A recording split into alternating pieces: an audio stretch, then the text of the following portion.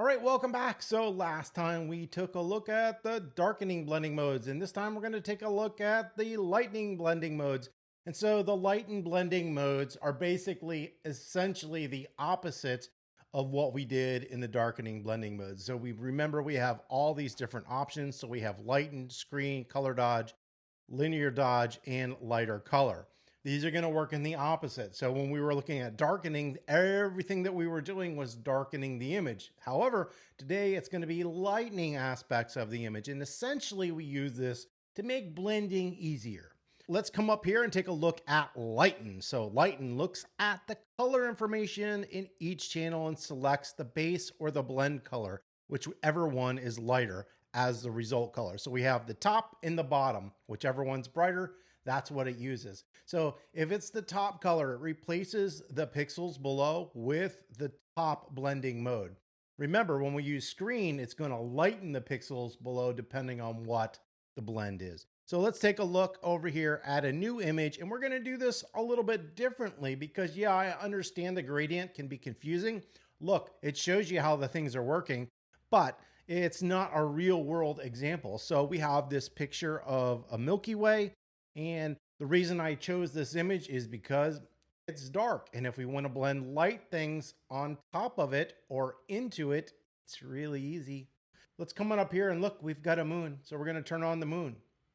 All right, so remember, we want the lighter values of the moon. We don't want the dark area. And this would actually be really easy to select and blend in, but we can even do it simpler with blending modes. So we can come up here to normal. And if we were doing darken, remember it would darken that background space, which is not what we want. But if we go to lighten, voila, it drops the black, keeps the foreground, and boom, just like that, we have blended the moon into the background. Now, there are things that we could do if we didn't want the moon to be this bright. We could come in here and reduce the opacity of the moon so we get some of the stars shining through, which wouldn't be realistic. But we could lighten that to blend the image in. In this case, we're going to leave the moon that bright. I could also come in here and darken the moon. So how would we do that? Well, we would simply make a curves adjustment layer. So I'll come in here, I can make curves, and we can just darken that down. Now, when I do this, it's darkening the whole image. So if you want to clip the curves adjustment just to the moon, you just come over here and you find that little icon that looks like that. You click it and boom, now the curves adjustment is darkening the moon. So if you wanted to darken it, we could do that. I think that's a little bit too much, so we can come in here and change it. And just like that, we've darkened the moon and blend in those two images together. So let's go ahead and take that out. Now you'll see some stars are sort of poking through this image because of the blending modes. Remember, it's looking at the value below, and whatever is lighter, that's what it's keeping. So if we wanted to take those stars out, that's definitely something that we could do. So we could just basically go behind where the moon is and make it black. So how would I do that? It's actually really simple. So I'm going to quickly hit escape or go back in time to get rid of the selection. I'm going to duplicate this background layer to make this easier. So that way we don't have this. We're just going to turn that one off, and we're going to come back up here. We're going to go to select subject. It's easily going to select the moon because it's perfectly round. And we're going to go to the background layer. Remember, blending modes work that it's looking at the values of the top and the bottoms, the blend and the base layer, whichever one's brighter it's using. So the stars are kind of shining through because they're brighter. So if we make the background black, we're not going to see them. So I'm doing this on the background layer, not the moon layer, the background layer. I'm just going to hit Shift Delete, and I'm going to fill that with black. So we're going to go in here, go to black, hit OK, and boom, the stars are gone. Why? Well, because that little area is now black behind it. Okay, we don't see it because the moon's over top of it. Now, we can't move the moon, so you need to make sure the moon's where you want before you do something like that. All right, let's come in here and turn on something different. So we've got a little nebula right here, and let's say we really like this, but we want to blend this into the background as well. Well, that's really easy. We're going to come up here to the nebula photo. You need to make sure that that layer is selected. We're going to go up, down to lighten, and boom, just like that, we're blending that image. Now, it wouldn't be this bright in the sky, and actually you would never see this in the sky. This is just sort of a surrealistic composite. So we're gonna lower the opacity of this one to blend it in some more. So I'm just gonna come up here to opacity and lower that until we blend that in. And so it's just sort of peeking through and we get just a little bit of a glimpse of it. All right, so we've blended that image in simply using the lighting blending mode. The last thing we have here is we have a little bit of lightening. And look, this isn't the perfect lightning photo because we're losing it here on the edge. If I wanted to make this a little more realistic, I'd probably select the lightning in this case, and we'd move it over to the side. Since this goes off the edge, it makes more sense to do it like that. And I think this will look more realistic. Remember, this layer is actually over top of the moon, so the lightning is going to be in front of the moon. If we wanted the lightning to be behind the moon, the lightning layer would need to be below the moon. And we can take a look at that in both ways. So over here, we're going to come over to lighten. So we use the lighten, and in this case, is it working perfectly? No. So one option that we have is we could use something called blend if to further refine the blending of the two images. So to do blend if, you just go in here where there's like blank space, or you could come up here to layer style and go layer style, blending options, okay? Or just come out here, double click, double left click, and it brings up your blending options. And right here, what we have is what's called blend if, and I'll just kind of put this over here so we can see both. So what we're going to do is we can kind of blend the two together. So this is the top layer and this is the bottom layer. We want to blend this. So we're going to take some of that dark area out. But you can see that transition is really harsh and it doesn't look good. So we can split this little triangle right here into two parts. I'm going to hold the Option on a Mac. It's probably an Alt on a PC. And we can just kind of start sliding these over until we get rid of all that weird glowing halo. And just like that. All right, I could come in here and further refine that with a mask, but we're going to hit OK. And just like that, we've put lightning over top of that image. Look, we can reduce it if we don't want it to be that bright, because it probably wouldn't be that bright. So that looks a little bit more realistic. If we want the lightning to be behind the moon, like I said, you can just simply drop that layer below, and now it's behind that, so we don't see it. In this case, we want it on because that looks more realistic. So we've taken 3 different images and using the Lighten blending mode, we've incorporated that into this surrealistic landscape. All right, so let's come on over here and take a look at some others. So screen looks at each channel's color information and multiplies the inverse of the blend and the base color. So it multiplies the inverse of both the blend and the base colors. The result, always a lighter color. That's important. Always a lighter color. Screening with black leaves the color unchanged. So anything area that has black, it's going to be unchanged. Screening with white produces white. Effect is similar to projecting multiple photographic slides on top of each other. So let's take a look at these different areas blend. So let's turn these first 2 off. And what we're going to do here for this image is I'm going to go ahead and delete this because it's just going to make our life more confusing. And I'm going to come up here to where we did the blend if. We're going to remove that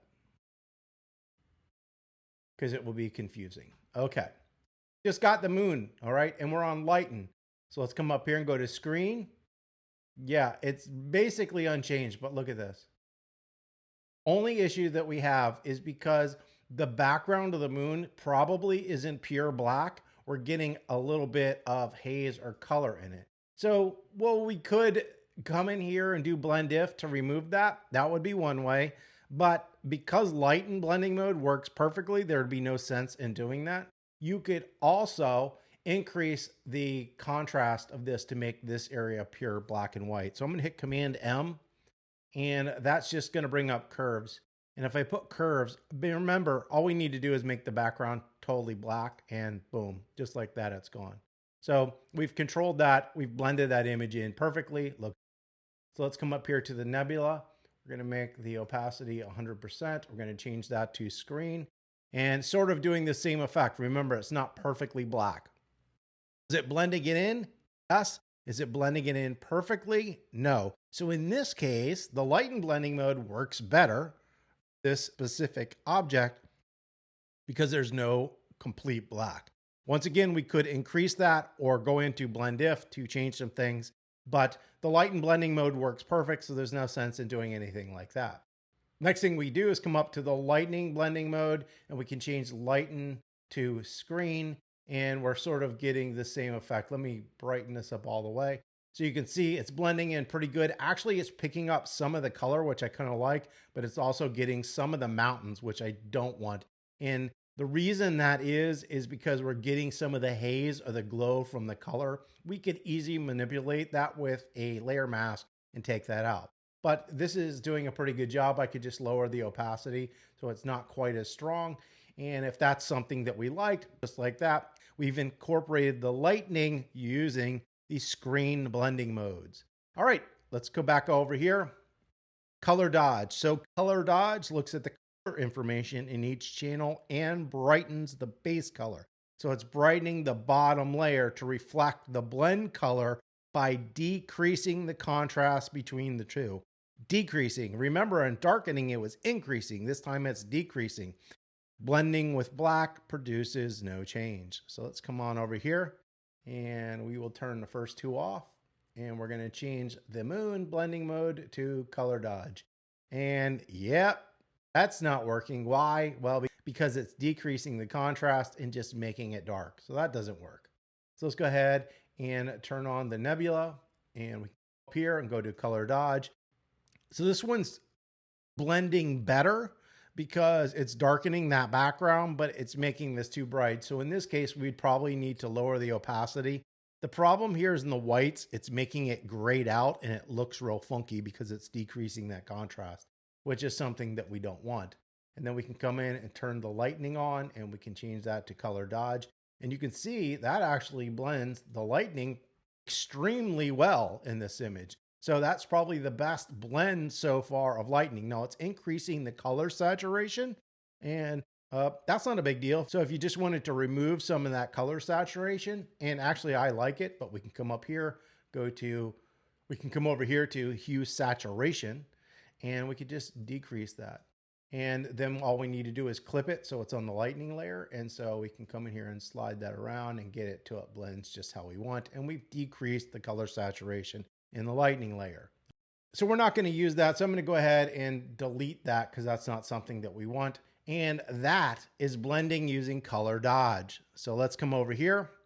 So linear dodge or addition, all right, looks at the color information in each channel and brightens the base color, which is the bottom, to reflect the blend color by increasing the brightness. All right, so it's increasing the brightness. So it's looking at the base color and it's going to increase the blend color, which is the top, depending on the brightness values. Black produces no change.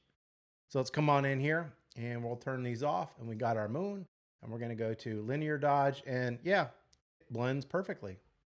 And if we come over to the nebula, we can come over and we can use linear dodge.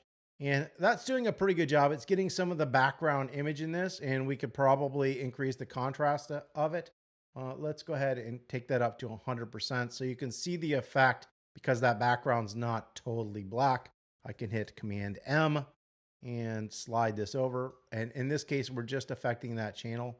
And as I increase that, that helps remove that background of that image. And then we could hit OK. So I'm just going to hit Command Z to undo that. And then we've got the lightning layer. We'll select that and we will change this to the linear dodge. And once again, this does a really good job of blending in the lightning layer of this image with the background and picking up some of the haze, which in this case, it's beneficial. In this case, it wasn't beneficial. Last thing that we have here is our darker color. So compares the total of all channels for the blend and the base color and displays the higher value of the color. So lighter color compares the total of all the channels for the blend and the base color and displays the higher value color. So whichever one's the higher value, that's what it's going to display. Lighter color does not produce a third color, which can result from the lighten blend because it chooses the highest channel values of both the base and the blend color to create the result color.